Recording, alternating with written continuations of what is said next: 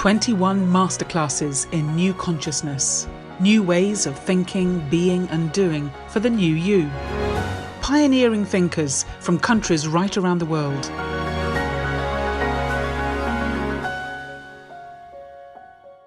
Hello, Om Shanti, and a very warm welcome to today's masterclass, one of 21 masterclasses in new consciousness, new ways of thinking, being and doing in today's rapidly changing world.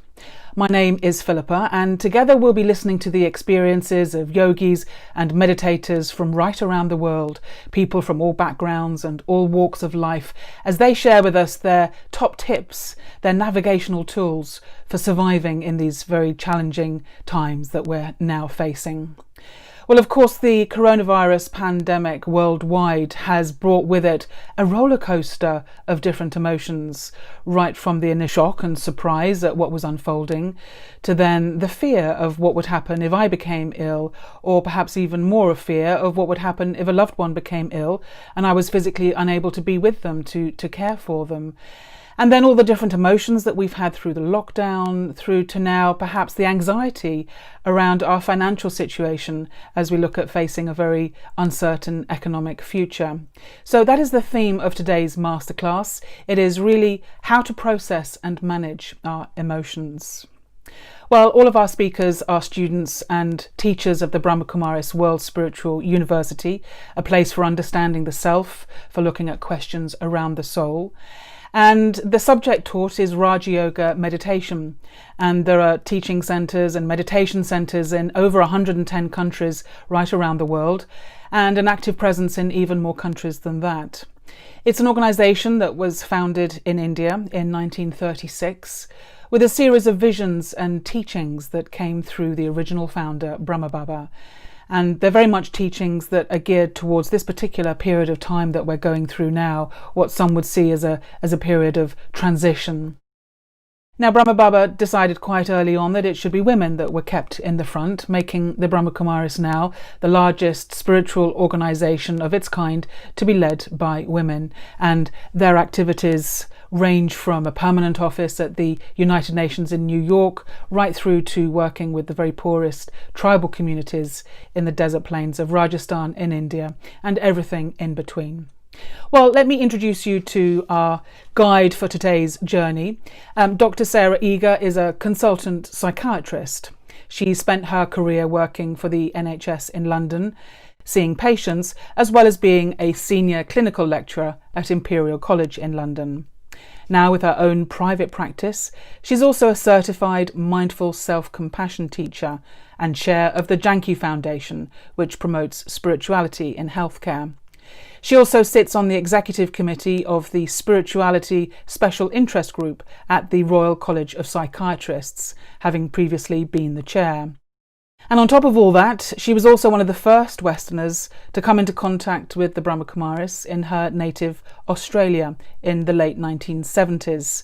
So she's had a lifetime of exploring this relationship between meditation and spirituality and mental health. So Sarah, welcome so much to Masterclasses. It's great to have you here today, joining us from your home in London. Now, you've obviously had a whole career in clinical practice, and you've seen very much firsthand the stresses and strains that healthcare workers are often under.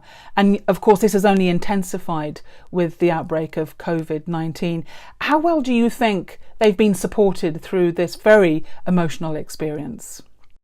Well, I think being a doctor or a healthcare practitioner at the best of times is challenging and can be very stressful. And there has been studies done on this, and I think people are a little bit concerned because I think when you're in the midst of an emergency, you're running a bit on adrenaline and you're obviously reacting to what's in front of you.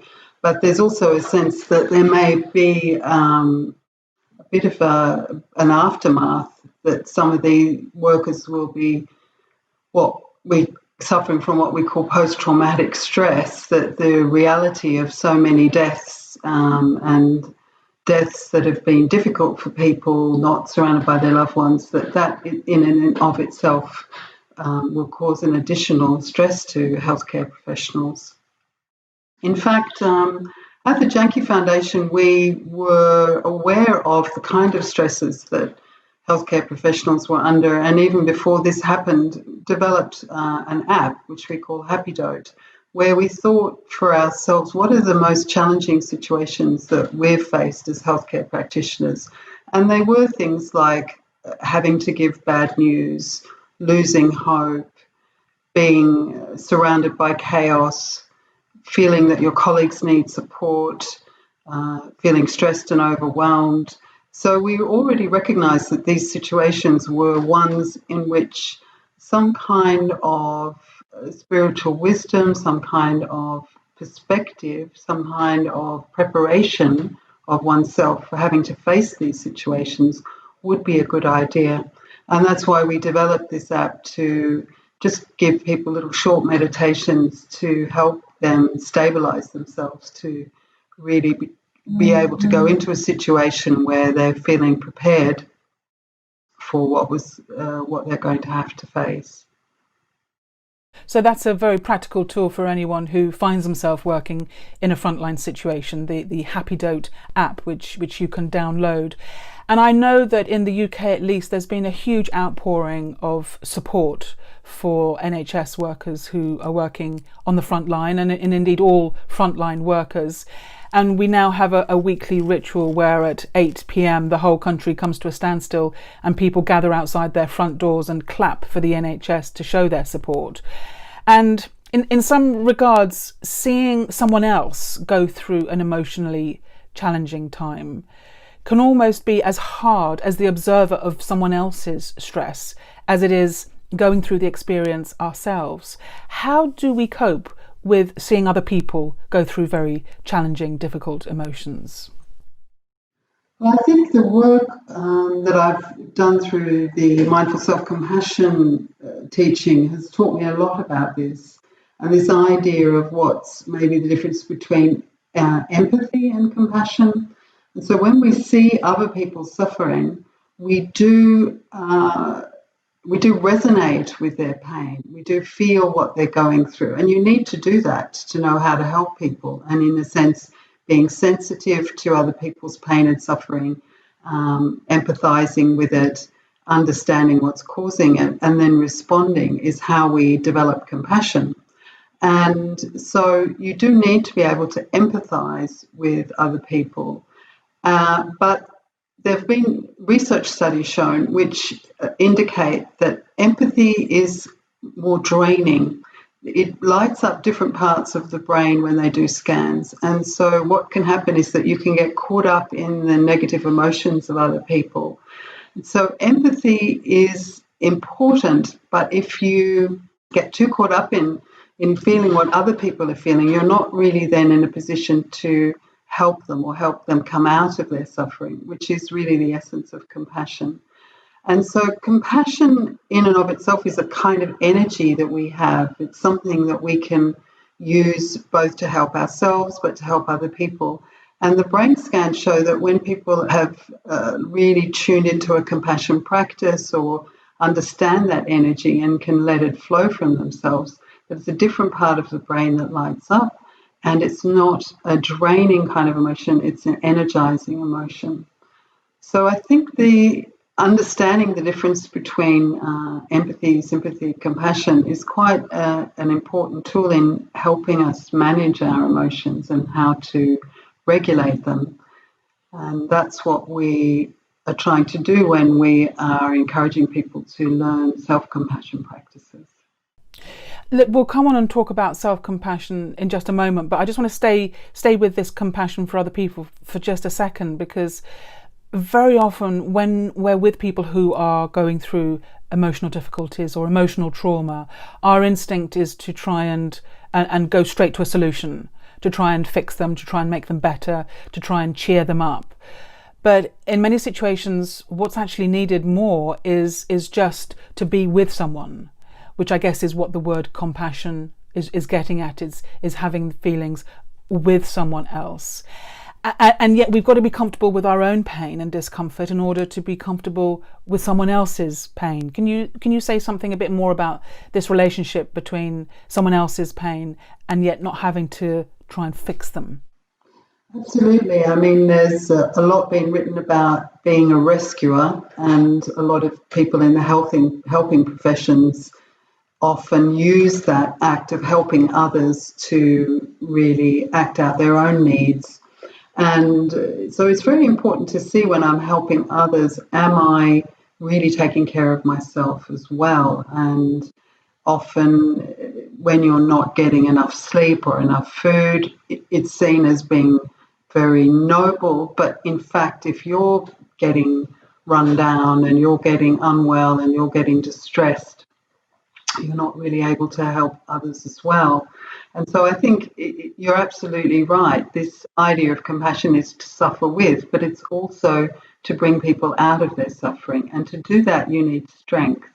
And to do that, you need to have really looked after your own well-being. And that is the absolute core of what it means to be a compassionate practitioner, is to learn how to use that same energy for your own care and well-being. And often we're not very good at that. We're trying to, as you say, fix it or come up with a solution. And yet when people often, if people are dying, and that's the reality of it, and there's not much more you can do, being a loving, connected presence is really what's required. And so to be able to sit with my own fear, be able to sit with my own pain, my own discomfort with the situation, in a way I need to have practiced that beforehand. I need to have come to terms with it or been able to face it. Because obviously we're all going to die at some point, and yet we don't talk about death very much. And yet this whole COVID thing, I think, has really brought death to the forefront in our society. And to think about my own death and how would I like to die, and what have I left undone, or what is it that I would need to do to feel that when my time comes, I can leave easily and I can leave with a sense of completion and no regrets or things that I feel I should have done. So all this kind of preparation for leaving. I think someone asked me the other day, what about sudden death? Because I think that's what COVID is presenting us with, is situations where people we weren't expecting to die. Obviously there's sudden death always in society, but this is on a massive scale. And so it's the suddenness of it. It's the inability to say our goodbyes. It's the lack of preparation, which I think is shaking people a lot. And so is there something I can be doing now in my everyday life, which is preparing me for something that I don't know when it's going to come? So a part of me has to always be aware that it is going to come at some point. So how am I preparing myself for that?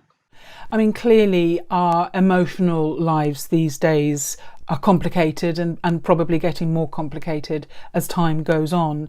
And in order to manage our own inner world, our own inner experience, of course, we need to have a great deal of tenderness and care of ourselves. And this is where the whole idea of self-compassion comes in, that you've done a lot of work on.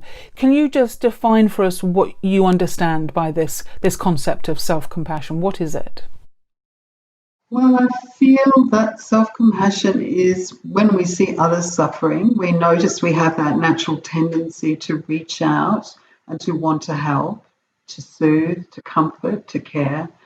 And so we know we have that capacity. It's something inherent in us.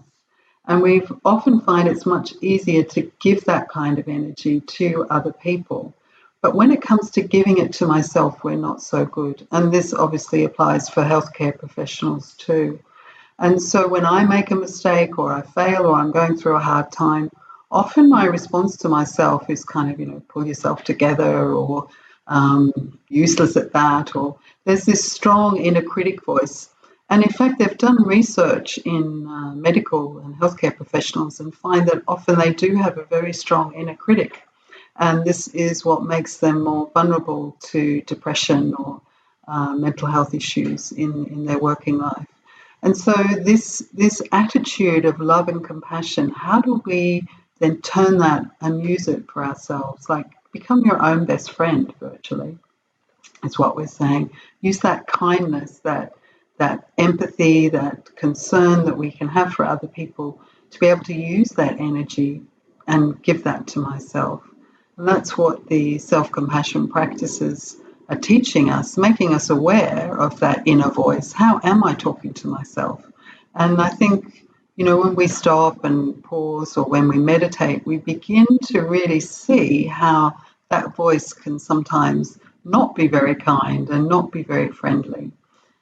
And if I can go on to explain, what we've noticed with that inner critical voice is that triggers the same neuropsychological, the same neurotransmitter effect in our brain as any kind of other external stress. So it's triggering our stress systems when we speak to ourselves rather in this way. And that's very important to observe and notice, that my tone of voice, the words that I use, the energy with which I'm responding to my own pain and suffering is really having an effect on how I'm regulating my emotions. And you talk within self-compassion about the yin and yang of self-compassion, about the soft compassion, which is caring, but the other, which is when to draw a boundary and have a little bit of tough love, perhaps, with others or with the situation or with yourself. How does that work, these two aspects of self-compassion? Well, I think often when we're talking about being kind and loving and looking after ourselves, we're talking about the soothing system and comforting system, which most people would recognize is an innate system that mothers have towards babies, that as human beings we all have this capacity to soothe and care. And so we're learning how to soothe ourselves.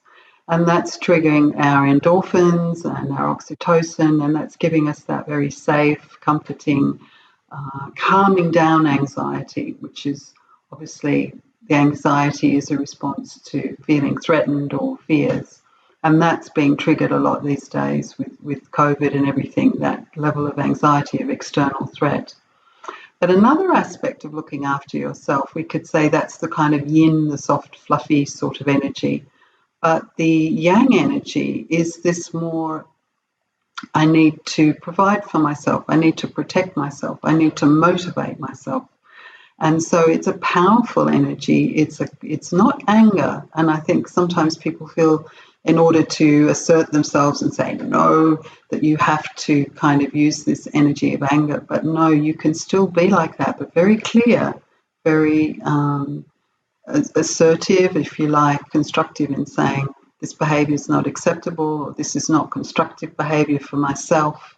So you're using that same energy, which really comes out of love, I would say. When we trace it back, we're looking at what is the essence of myself and where is that energy coming from. So that energy of kindness, of caring and soothing for myself is one aspect, but the energy of protecting myself and really having clear sense of who I am and what is constructive and beneficial for me and what is not constructive, what's destructive for me, both in my own habits towards myself, but also in the way other people treat me. That's also an aspect of compassion. Often people experience such intense emotion that they feel it physically. So if their heart is broken, they have a pain in their chest. If they have a lot of anxiety, they'll feel a knot in their stomach. There is this huge relationship between our mental, emotional well-being and our physical well-being. And I heard a saying once, which I quite liked, which is that the body is constantly eavesdropping on the mind. In other words, listening in to what we're thinking. And what I find fascinating is that the thoughts that we're having, the emotional responses that we're having, are setting up an actual physiological response, releasing chemicals. And you've talked about endorphins, but can you give us an idea of the spectrum of different emotional responses and how that is triggering chemical releases in our body? Yes, I think it's very interesting when you look at this two-way traffic. It's between the mind and the body. It's always going on. And often the thoughts and feelings that arise in our mind are going through very quickly. And so they're often quite hard to capture. And yet, as you say, the body is listening and the body is feeling it. And so over time, if we develop that habit, or we are having that anxious thought for a long time, then it starts to have that impact on the body.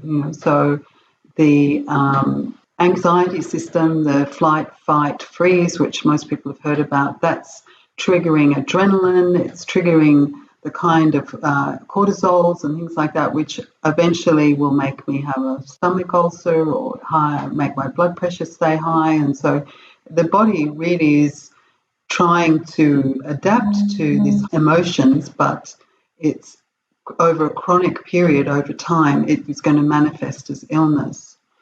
And so there is a spectrum, and I think this is what's interesting in mental health treatments, is that we notice it can start with worry, but it starts at a thought level. And so the thought level will just be something where I think, something bad is going to happen. It's a feeling, and we might call that catastrophizing, or we overgeneralize, or we assume something. And a very common and well tried and tested method is called cognitive behavioral therapy.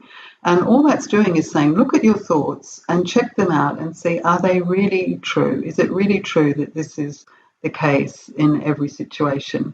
And often we'll find that we're making these kind of generalizations, or we've got into the habit of thinking a certain way, which is then triggering these stress hormones in my body, and then my body is really suffering from the result of all that, and it manifests as disease.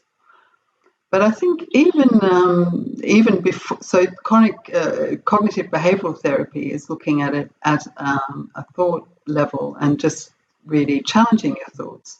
But I think the practice of meditation is doing even more than that, because it's asking us to be aware of what we're thinking, but then actually transforming our thoughts or putting in a different kind of thought to that thought. So it's taking that basic premise, if you like, of thoughts and feelings are creating a neurotransmitter response in our brain, which is then affecting our body onto a deeper level. And I'm curious, from your own experience, to what extent you think people can retrain their minds and their thinking process. Because for many, if a situation happens, they're going to have that emotional response.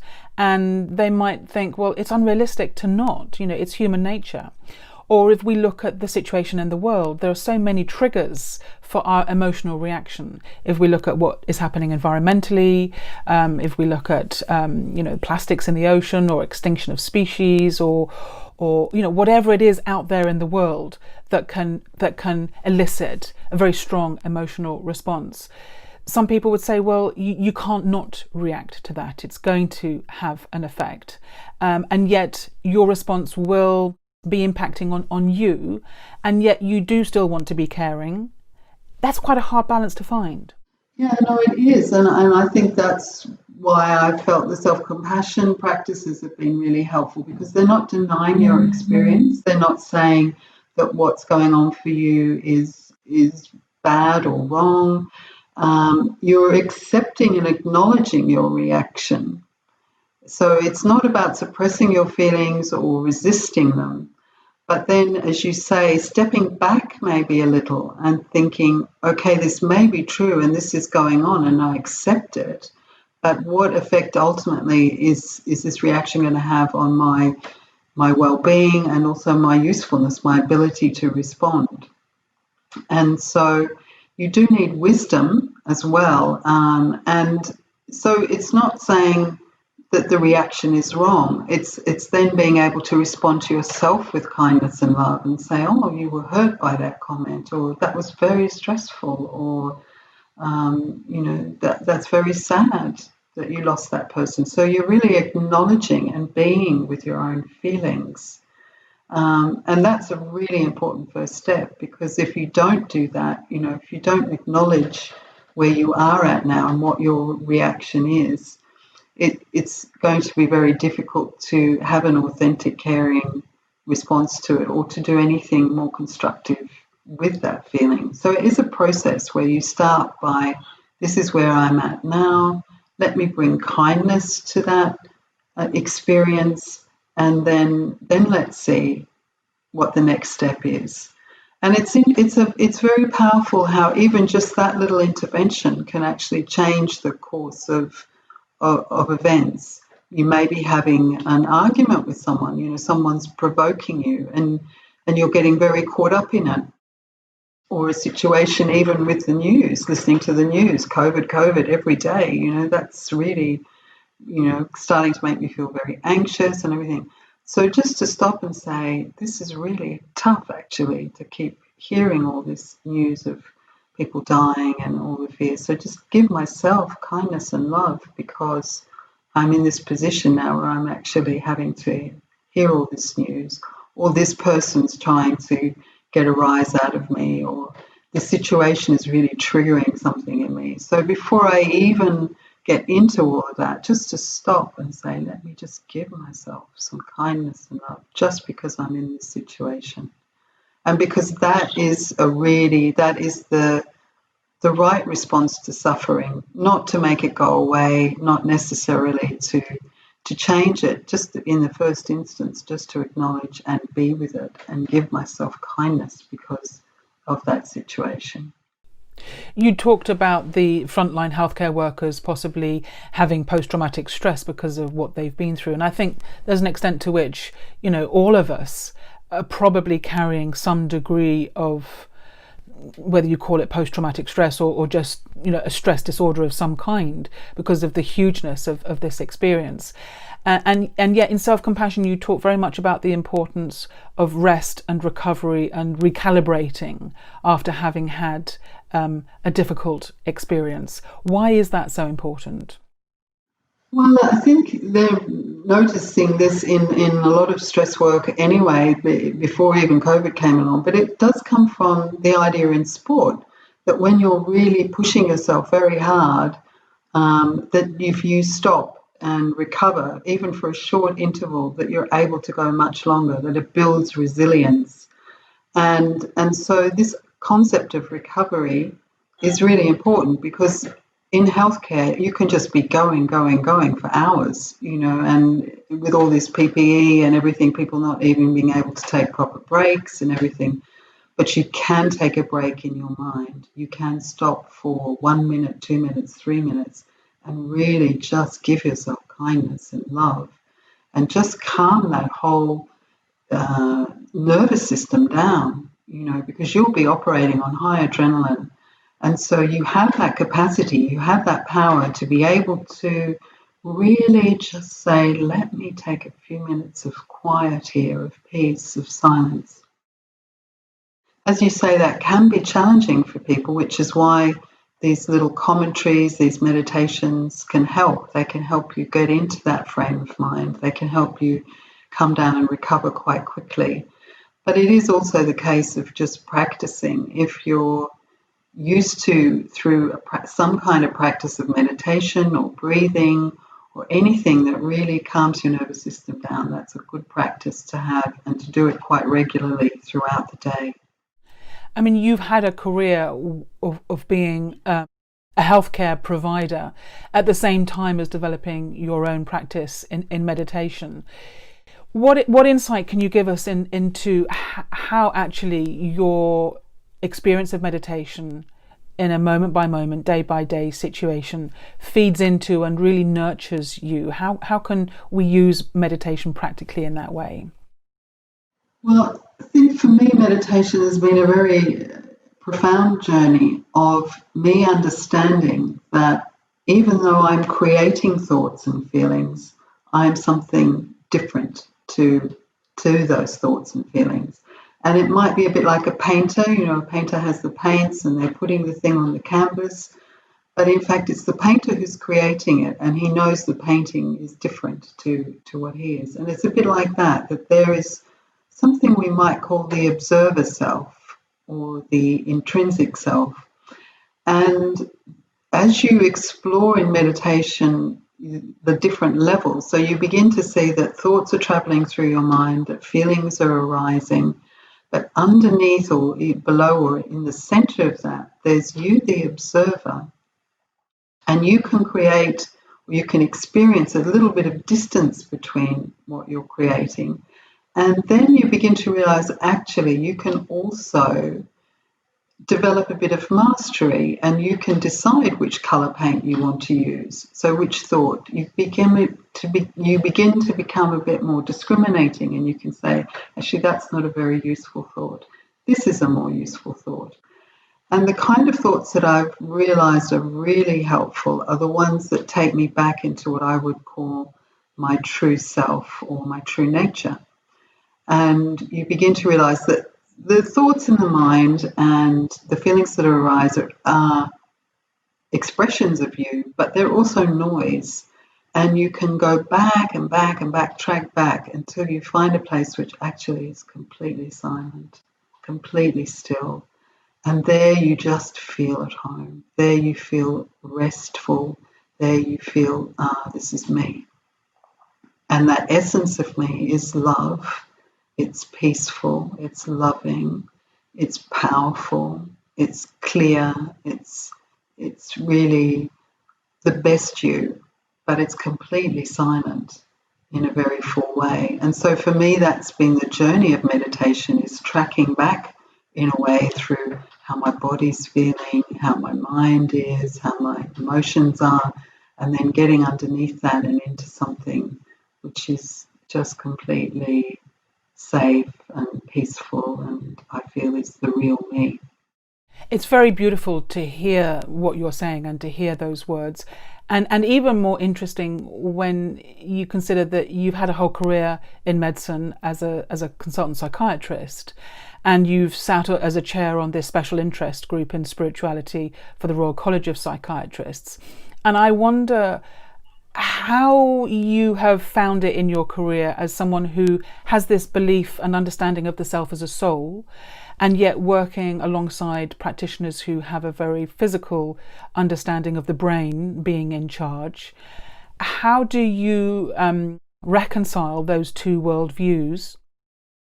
And how far do you think medicine has now got towards accepting this idea of soul and these essential soul qualities that you're talking about? Well, it's a very interesting question. I think when I started in psychiatry, I certainly felt like I was a bit of an oddball, and this sense of the brain and the true self being two different entities, and that the true self or the soul was something that was using the brain was not something that a lot of people believed. They were very into brain scans and neurotransmitters and all this kind of stuff.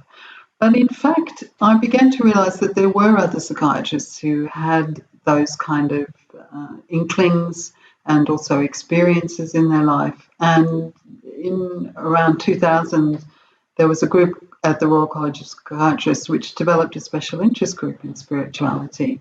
And that was a real turning point for me, because I think before that I kept my spiritual life separate, but I began to see other people could also see that there was a room for this kind of worldview in psychiatry. And clearly not everyone subscribes to it, but I think there's been more and more respect and accepting that that is the way a lot of people experience the world, especially people who use mental health systems. They often have deep spiritual experiences or deep spiritual beliefs, and they would like their psychiatrists to be able to acknowledge that and not use that as sort of saying that that's more evidence of your craziness. And in fact, it was really interesting. I was just reading an article where they were talking about how even within faith communities, the ability to accept people who have mental health problems is sometimes challenging. And it's this whole issue of how do we accept people who experience the world and things differently to us.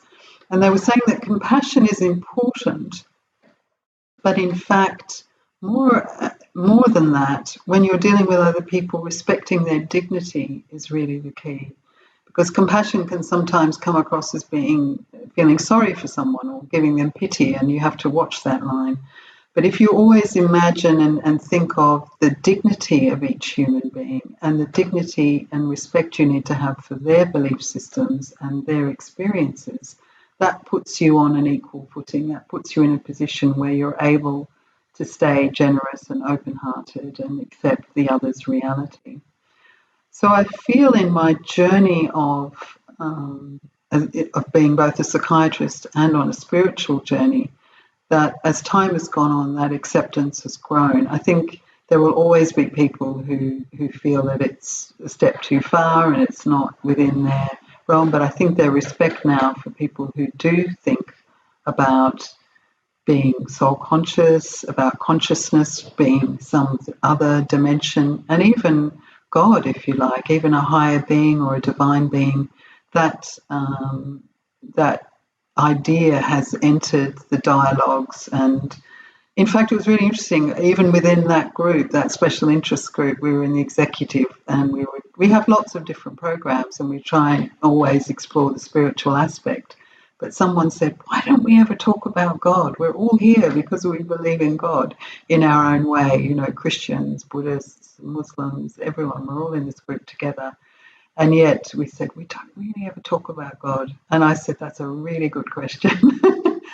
It's almost, again, it's like our belief system is our most private thing. And our relationship with God is our most private thing. And yet we knew in that room that was the thing that linked us all. And yet we were still a little bit cautious about discussing it. Very interesting. And in a way, we've had the whole interfaith dialogue, which has brought different faith communities to a greater place of understanding where each other is coming from. And now maybe, science and the medical profession and spirituality are taking an attitude of, well, look, what can we learn from each other? How can we get the best of each to have a greater understanding?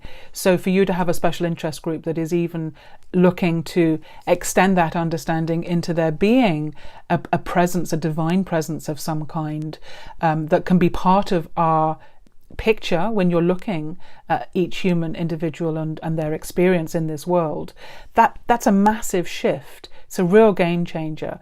What has the journey that you've been on with your meditation practice taught you about opening up to that divine presence of love, and how much of a difference has that made to you? When I first started, it was a theoretical idea. I thought, okay, there's a sense in meditation that you're a soul, you're a non-physical being, and you can connect to something greater than yourself. So I really took it as sort of a scientific experiment, really. And I thought, okay, I don't really believe this, but I'll try it anyway.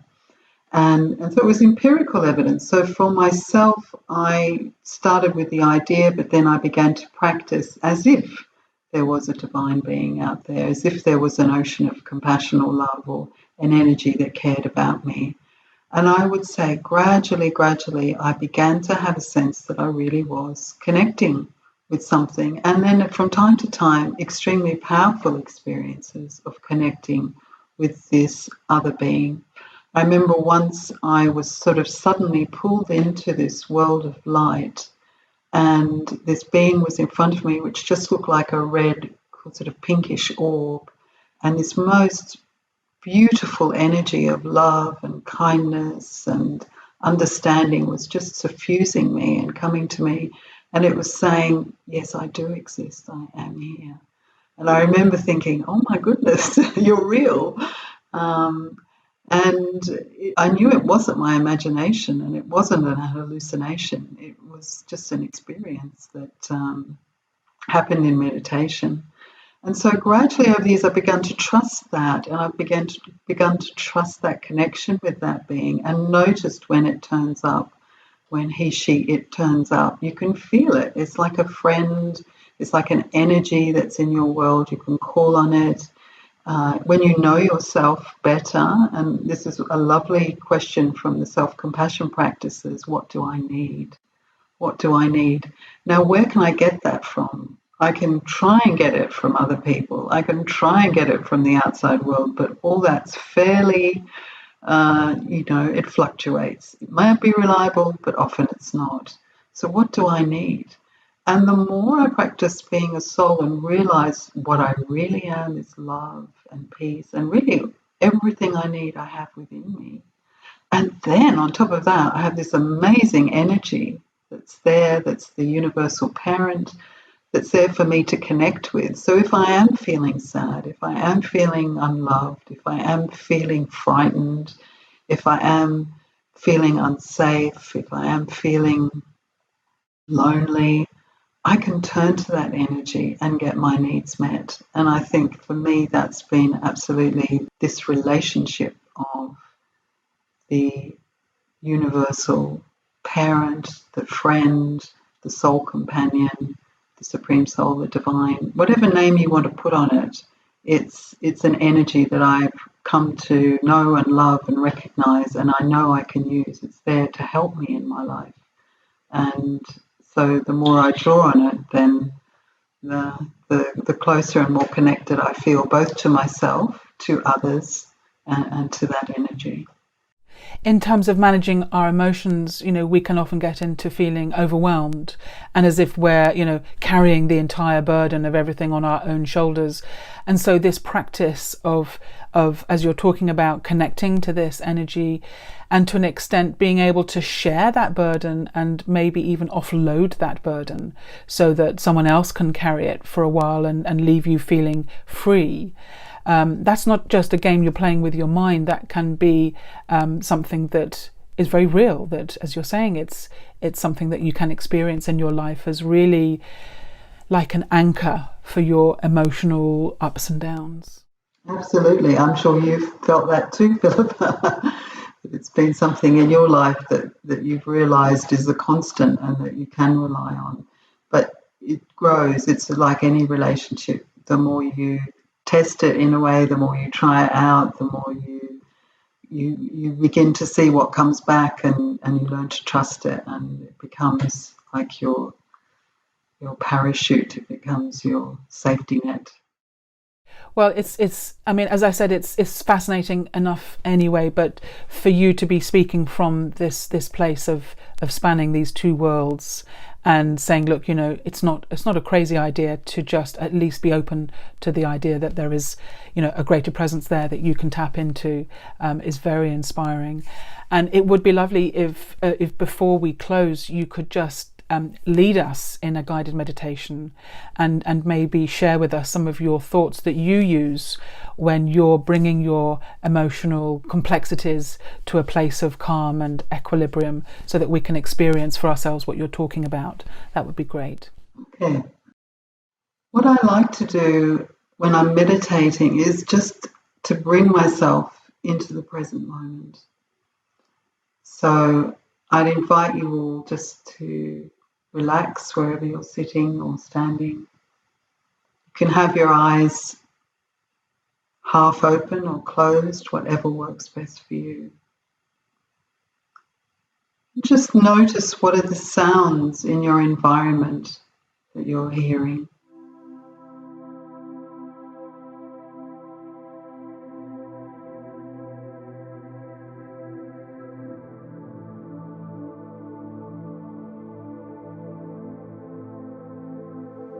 And then to bring your awareness a little bit closer in, just noticing where in your body you're holding on to any tension. Let your shoulders drop, your legs be relaxed, your arms by your side or in your lap.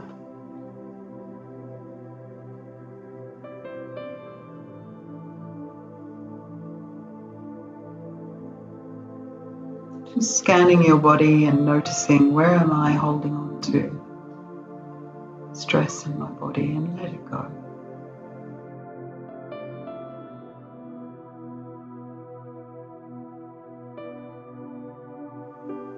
And then coming in closer still and just noticing the rhythm of my breath.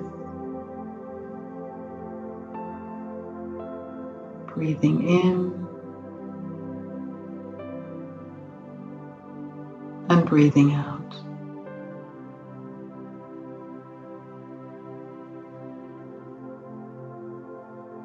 And how soothing that rhythm is. It's like the waves of a gentle ocean lapping at the shore, breathing in and breathing out.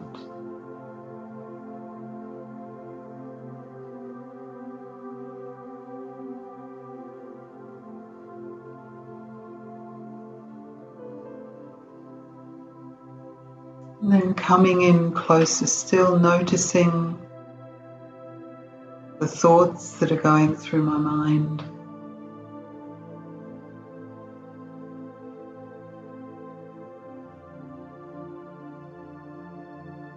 But I'm standing back a little, like I'm in front of a stream and the thoughts are just passing in front of me.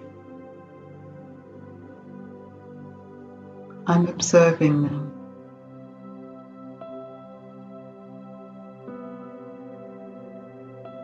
Noticing any feelings that might be arising as well. Am I feeling uncomfortable or tense or relaxed? Just noticing and acknowledging wherever I'm at right now and accepting it.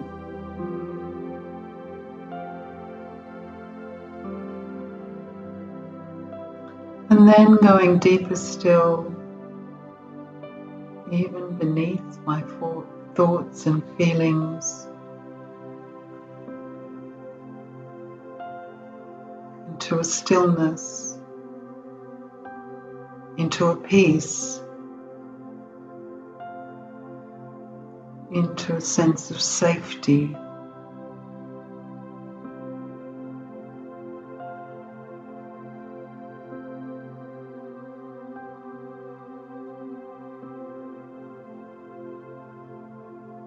Knowing this is who I truly am. I am the energy of love, of peace, of stillness.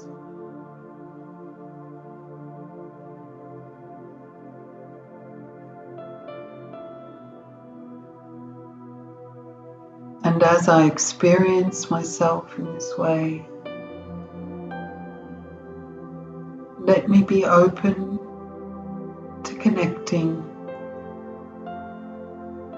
with an ocean of love.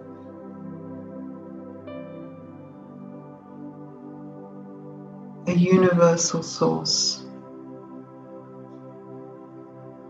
of kindness, of compassion,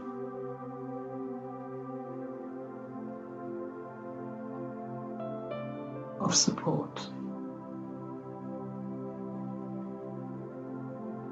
An energy that's there always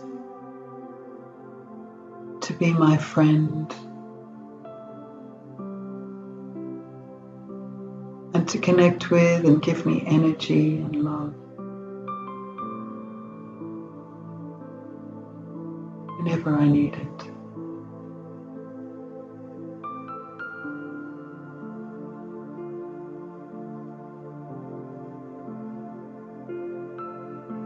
And I can breathe in this love, soak it up.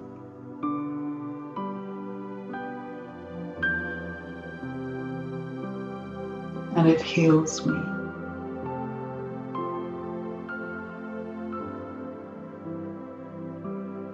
And makes me whole again.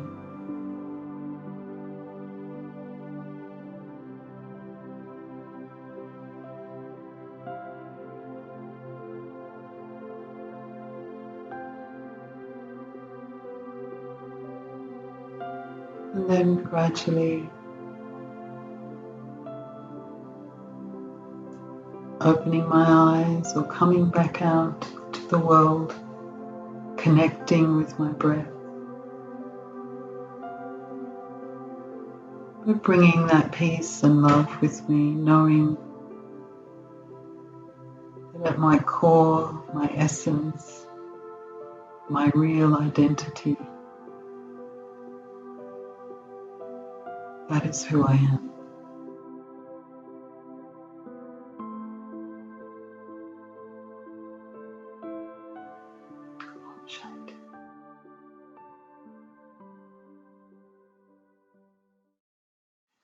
So, Philippa, I hope that's been of help to you. We've covered a lot of territory, and I'm sure we could have more conversations on this topic. It's very deep and wide. It's been absolutely wonderful to talk to someone who's had these two parallel journeys of being a meditation practitioner as well as a healthcare practitioner, and finding the meeting points and how each can contribute to the other's understanding. It's been wonderful. So Dr. Sarah Eagger, Sarah, thank you so much. Thank you, Philippa. Thank you. And thank you to you as well for joining us from where you are. I hope you will take in some of these ideas in managing emotions that Sarah's been sharing, some very practical advice and tips there. So until we see you again, hopefully on tomorrow's masterclass, in the meantime, take good care, keep safe, Om Shanti, and goodbye.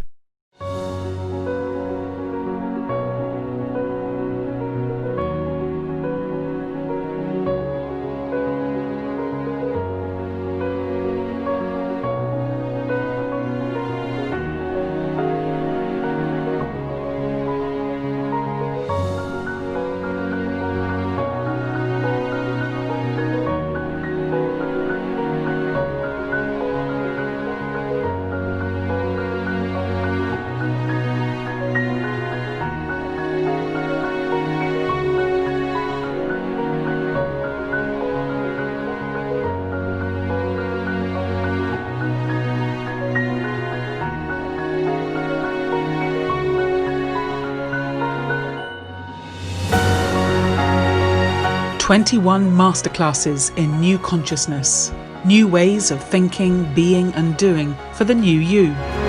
Pioneering thinkers from countries right around the world.